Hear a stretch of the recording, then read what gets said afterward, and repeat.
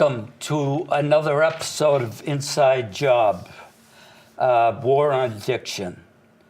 We're going to do 2 half hours today, and it's episode 49 and 50. So we're 3 years old, and we have 50 episodes, and I'm taking a break this summer.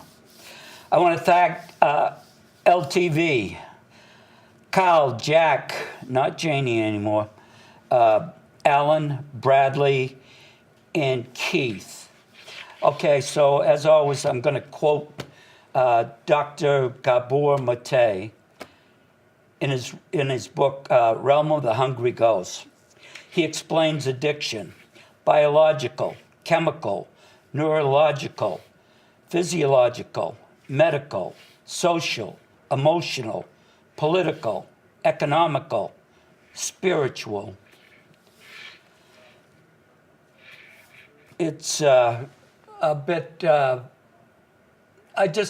he just enlightened me with this thing. And, okay, so I'm going to introduce Nicki, and I was at a 12-step meeting the other day, and Nicki spoke, and I asked her to be on the show, and she said yes in a second. So thank you, Nicki. You're welcome. For coming in. Thank you for asking me. Okay, let us begin. How old are you? I'm 28 years old. A young lady. Mm-hmm. All the time in the world. I got sober when I was 34, mm-hmm. and it's been a lifetime. Yeah. You know. What was it like growing up? Growing up was okay. My parents are married. They're still married to this day. My father was a construction worker, and my mom was she worked at a bank. And basically just like middle class America. My parents worked hard and gave us a good life, the best that they could. Good. Yeah. How many siblings? I have one older brother. Yeah. Mm-hmm. Oh, very good. Yeah. Most that come in do not have a stable home. And as it said with Dr. Mate, it really can go down deep. Mm-hmm. And so your first drink? I think I was about probably 12 years old the first time that I actually got drunk. But yeah. I remember as a kid when my parents would have their friends over or whatever, I would run around the party and take sips of their drinks when they weren't looking. And that was probably as young as I was pretty young. I was probably like 8 or 9 when I was doing that. Mm-hmm. And you just enjoyed it. Yeah, I did. I did. I thought it looked like fun, and it looked like they were having a good time, and it just looked interesting to me. So you really didn't get drunk back then? You were just... No. When I was 12, that was the first time I actually got drunk. And what was that situation? I had slept over at one of my friend's house, and her parents were away for the weekend. She had an older sister in high school, and so she had like a high school party, and everyone was drinking, and me and my 12-year-old friend got drunk with all the high schoolers. Mm. And what'd you think about that, getting drunk? I drank to excess the first time I drank. Of course. Yeah. I loved it though. I thought that it was great, and I ended up blacking out. So. First time. Yeah. Me too. I grayed out the first time, mm-hmm. but I was just in love. Yeah. From the first one. Yeah. But I didn't drink till I was about 16 and a half. Mm-hmm. Yeah. How about the next time? Oh God. I'm not even quite sure I remember the next time. It was probably the same situation. I would always try and go out and sleep over someone's house, or I would tell my parents that I was sleeping somewhere at a friend's house, but I wasn't really there. I would go wherever, you know what I mean? But yeah, it was always to excess. every time. Oh, always. Even though did you get sick the Yes. first time? Yes. Yeah. Yeah. And did you keep getting sick? Yeah, most times I did. I remember one time when I think I was probably like 14 by this time. My dad had picked me up from one of my sleepovers that I did, and I was still throwing up for hours. I was Yeah. so sick from this one time, and I'm pretty sure he knew. I don't think he said anything. Oh, no? Not that I remember. I think he might have laughed at me. I think he might have thought it was funny. I don't know. Well, that's cool. Well, what is your drug of choice? Heroin and crack. Yeah. When did you start with that? With the crack first, I'm sure. Well, first, but I started with cocaine before I went to crack, and I think I was probably about 17. I was a junior or a senior in high school when I started doing the hard drugs. When you were after high school or during high school? During high school. I was still in high school. Townsend? I went to Neshoba Tech in Westford. Oh, yeah. Huh. And then on to heroin at what point? I was about the same age. I was about 17. I started with pills and stuff, and I was probably 15 when I started doing pills. And so when I was 15, I started dating this kid. He was older than me, a lot older than me. He was 21, so he could buy me alcohol, and his brother sold drugs. So at the time, that was my dream guy because he had all the things that I wanted. But so me and him would, do pills when we could and everything. Perks, I'm sure. Yeah, exactly. Or oxys. Yeah, exactly. Perks and Oxy 80s were around when 80s. Yeah, Oxy 80s were a big part of my addiction in the beginning. So That's 80 milligrams. Yeah. Right. Yep. Dollar a milligram.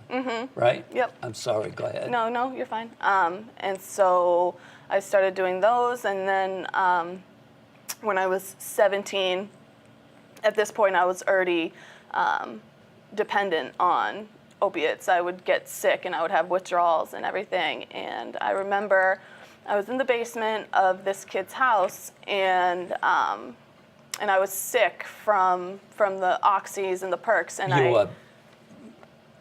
you didn't have any. I didn't have any, right? Okay. And so I was sick. So I went to this kid's house and I asked him if he could help me get off E. That's what we call it when you're sick. You're on empty, basically. Ooh. Yeah, that's a fun That's a new little. one. Yeah, it's a fun little term. Yeah. So I went there and I asked him if he could help me get off E, and he told me that he didn't have any pills, but he had something for me that would make me not sick. And I asked him. I said, "What is it?" And he said, "Don't worry about it. Just do it, and you won't be sick again." And without thinking twice, I did it, and that was the first time I did heroin. Smoking it or I snorted it. snorted it? Yeah. And again, you fell in love. Oh, yeah. Even though, well, you knew from the perks or whatever. Yeah, but it was like it was a million times. It was stronger and it was faster and it was longer too. I remember I was high for a long time. I don't know if I asked, but your boyfriend, was he a heroin addict? I think down the line he did end up getting Okay. into it, but I'm not sure. But you were doing it while you were with him. No, not with him. I broke up with him, and Oh. then I started doing it. Huh? Huh. Okay. Ooh, that's rough. Let me ask, because I find some similarities. Why do you think with the drinking and the drugging, I mean, you started off just like me, falling in love. Because you just like, for me, I believe that I was trying to fill some kind of hole. Yeah. And my father was elk, but it was still a stable home. He worked. Yeah. But Why do you think for you? I feel pretty similar to you. My parents did work hard to give me a stable home and everything, but there definitely was some things that had happened in my childhood that were beyond their control. Yeah. That kind of, affected me in certain ways. Okay. My grandfather, who I was close with, killed himself when I was 7 or 8 years old, and I remember that. And that was traumatizing. I was like, course. yeah. So that happened, and then there was just some abuse that happened behind closed doors that they didn't know about. And I do believe my father has a drinking problem and everything too. He's been sober since last summer, actually now. Okay. Yeah, so he's been doing well, and so I feel like I liked being numb. I liked the numbness of it. I didn't have to feel emotions. I don't know. I feel like after my grandfather killed himself, it really kind of messed with the family. Yeah, he did. He committed suicide. And I feel like after that happened, it just kind of, the family just kind of, it affected us, Your father's father or your mother's father? My mother's father. Yeah. My mother's father. How old? I'm not, he was young. He was young in his 50s, I believe. Ooh. Yeah. Did he drink? I think so, yeah. Yeah. I think so. And yeah, he had a head injury back in. Oh. Yeah, he had a pretty bad concussion in January, and then he committed suicide in June. Was he in the military? He was in the Navy. Was he in Nam? I don't remember. What year was he in? You would know that. I don't know, yeah. Stop that, right? So you're on the heroin. You're trying to fill that hole that happened to you, or the two events. And I believe, as Dr. Mattei, that stuff goes so deep that we don't even understand it. I mean, I grew up in it. My uncles sitting in bars, that whole thing. That was party time. Yeah. So thank you for sharing that. Yeah, you're welcome. When did you think you had a problem? What age? Pretty early on, 17. I feel like I knew that I had a problem. I just didn't care enough to fix it. Huh? Do you know what I mean? Because you knew what it was like to not have these things. Well, yeah, I'm 17 years old, sitting in my nurse's office at my high school because I'm dope sick. I was like, this is crazy, and I knew it was crazy at the time, but I just didn't care. Did you make it through school? I did. I graduated. Congratulations. Thank you. I know, it was a shock. I think I was second to last in my whole class. So, I swear, I think there was like 129 in my graduating class. I graduated 128. So yeah. Yeah. Well, congratulations. Thank you. I know. My parents were pretty shocked about it, too. I left quick. So you know you had a problem at 17. Yeah.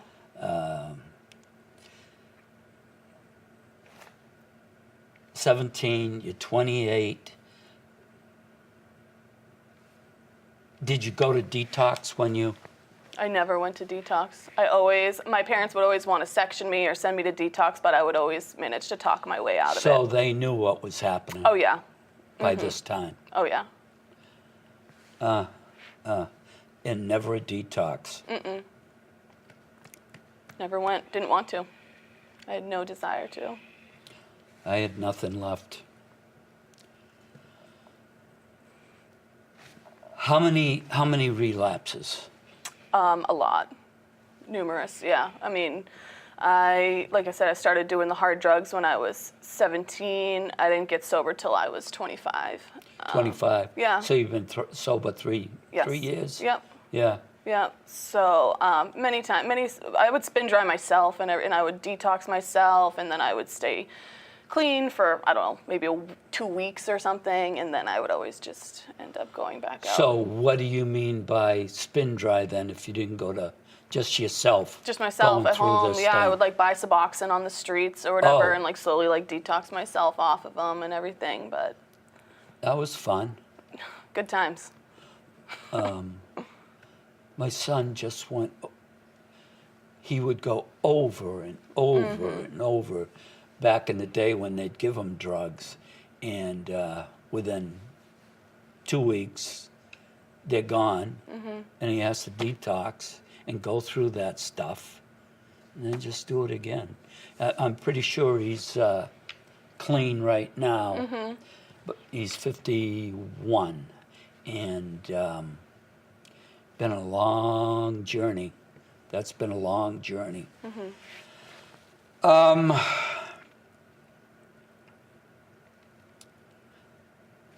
You try to get clean. What was your longest time? I don't even remember. Not that long, I'm sure. Yeah. Probably maybe like 5 months. Oh, really? Yeah, but So that you wasn't still- until later. Till later, I Yeah. think I 5 months towards the end. Yeah. When I was 18, that's when I got pregnant with my daughter, Yeah. and I at this time I already knew I had a problem, and I thought that was going to save me. I thought that the love for my child was going to make me not a drug addict, which for some people that's enough, but for me it wasn't. And it isn't for a lot of people. It is, yeah. But I was young and I was naive, and that's what I thought. You know what Yeah. I mean? So, so I had her, and and having her, it slowed me down for a little bit. Like I stopped doing heroin and cocaine and all that, but I would just do pills and smoke weed and drink because that's what I thought all the good moms did. It's crazy. That's what my addiction told me in my head. Yeah. You know what I mean? Right. In my own voice. In my own voice, it tells me, oh, you'll be all right. Just do perks. You'll be a good mom. It'll be fine. Yeah. No. What was the first time you were introduced to AA I was pregnant with or my... NA? I mostly AA. But I did do some NA. When I was pregnant with my daughter, I would go to meetings. So that was at 18? Yeah. Did you say? Yeah. Or a little more than Yeah, that? 18. Yeah. Yep. So AA at 18, it's 10 years. How about the relapses in between that? When you first started going to AA at 18, right? How many, I don't know if I'm making any sense. No, I know. Like, how many times did I stop using and then start using again? With AA, though. With AA? With AA, actually working the program. When I was 18, I was a little punk. I didn't really get too involved or anything. No. But Well, what got you there? How'd you hook up with AA? one of my friends, actually. One of my friends, she had we would use together and stuff, and she was trying to get clean and stuff with me, so she took me. She was a little bit older than me. She was 21, I think, and I went with her. Where was the first one that you went? Sorry, my memory's a little the first 25 years of my life were a little foggy. Yeah, But yeah. I remember going in like the Fitchburg area. Yeah. I went to the Ashburnham. Oh, The yeah. one on Sunday night, Yeah. the Knock Egg, which is like a great meeting that I love to go to now. But I remember going to that one, and then like Fitchburg. Yeah, I haven't. Groton. Yeah, Oh, I haven't been up to the Sunday night for a long time. that's a good one. It's a big Yeah. meeting. Dick C. Who's that? He's older, and he Sits sits to the left. down to the right Oh, when you're on the walking wall in. right there. Yeah. Yeah. No? The guy looks like he's 60. He was very instrumental in my sobriety. And he's the one, because I had a mouth on me, I was just, I don't know if I was pissed. I was pissed off or whatever was going on. I'm up on the podium. And one day he said, will you please stop that? We've all been there. Yeah. How about your losses? Would I lose? Yeah. Everything. Everything. Everything. Yeah. Everything. So after I had my daughter, I was kind of like a functioning drug addict. Yeah. I had a job. I was with my daughter's father. He was a mechanic, and I got my CNA, and I worked as a CNA. No drugs with him, or Oh no, he has the same issues. And so we went and got an apartment, and we were living together, and we were, paying bills and stuff, but eventually it all caught up, and me and him ended up splitting up, and then I moved to Fitchburg, and I had my own apartment, and during that time when I had that apartment, that was when I started using needles. That's when I started shooting up. That's when I started smoking crack. how old? 21. That was quite a. Tell me about that. What? First time intravenous. So at this point, I was doing the heroin again, and I was snorting it, and I was smoking it. I was dating this kid he had been, intravenous drug use for years and years. Yeah. And he said to me, he saw me smoking my heroin, and he told me that I was wasting it, and it made sense to me because he, and he actually showed me how to use a needle. He tied me up, and I gave him my arm, and he shot me up. And I remember too, before he shot me up, he said to me, he's like, "Are you ready? Because I'm about to ruin your life." Oof. And I said, What the fuck? I know. It's so insidious. Yeah, it is. I'm going to ruin you for the rest of your life. Yeah, and he admitted it, and I was like, "Go ahead, do it." And I remember I was sitting on my bed, and I felt the heroin go into my veins, and it went up my spine into my head and just exploded. And I fell back on my bed, and I felt like I was floating. And that was it. From there, I was a total shit show. It went downhill, and it went downhill fast. You never found that high again, right? No, and I spent years chasing it. Right. I was 21 years old. I didn't get sober till I was 25, and I never got that high again. Same thing with the first time I smoked the crack. I felt it explode in my head. I heard my ears were ringing, and it was just... And you always worked? No. Okay. No. So at this time? Shortly after using the intravenous, I ended up homeless on the streets. I lost my apartment, and I was... Did you have your daughter at this time? No, I Not lost yet. I lost custody of my daughter. Okay. Shortly after I started shooting heroin, because I got with another guy who was really abusive to me. And so the first time I lost custody of my daughter had nothing to do with drugs. Well, I mean, obviously there was an underlying issue, but I had come home from work. And it was late at night. He was cheating on me in my house, and he ended up throwing me on the floor, putting his knee on my chest, and cutting my throat with a knife. Yeah, I mean... Jesus Christ. Yeah, so that happened, and the neighbors called the police because they heard me screaming because I thought that he was going to kill me. Yeah. And so I lost custody for that. And he had this guy. He was not a good guy. He had an open case for abusing a child and everything. And You know how to pick them. I do, don't I? That's why It's not even funny, but I know. I've been single almost my whole sobriety. You should have talked with Dr. Phil at some point. I know. Oh God, I know. So yeah, I lost custody of her for that. I ended up getting custody of her back. I was using the whole time. What age did you lose her? I think it was 21 or 22. But her, how old was she? She was like 2 or 3. 2. Yeah, so she was pretty young. And I ended up getting custody of her back by, but it was all fake because I was still using and I was still dating this guy. And Oh. yeah, I didn't leave him. I stayed with this guy for 4 years. And I ended up getting her back, but guess what? So right after I got her back, I thought, How old was she when you got her back? I think 3.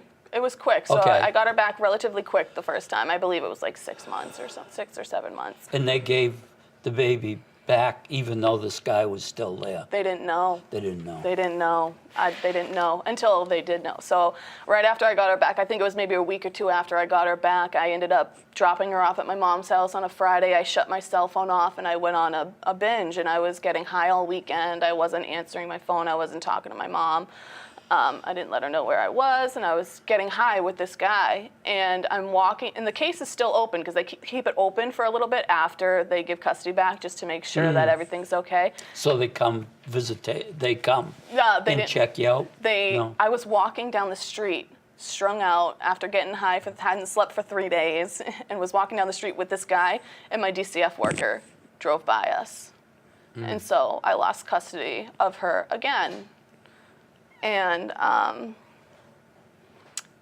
after that time, that's when. They didn't do the light thing, Jack. That's all right. 3 minutes, Okay. and then we'll begin again. Okay. So they saw you walking down with the guy. Now they knew the guy, Yeah. right? Yeah. And And I lost custody again. again, yeah, yeah. And that's when, after that happened, that's when I became homeless, and I was on the streets. I was homeless for about 2 years. And I was with this guy for most of it too. He would go in and out of jail and stuff, but for the most part, I was with him. Yeah.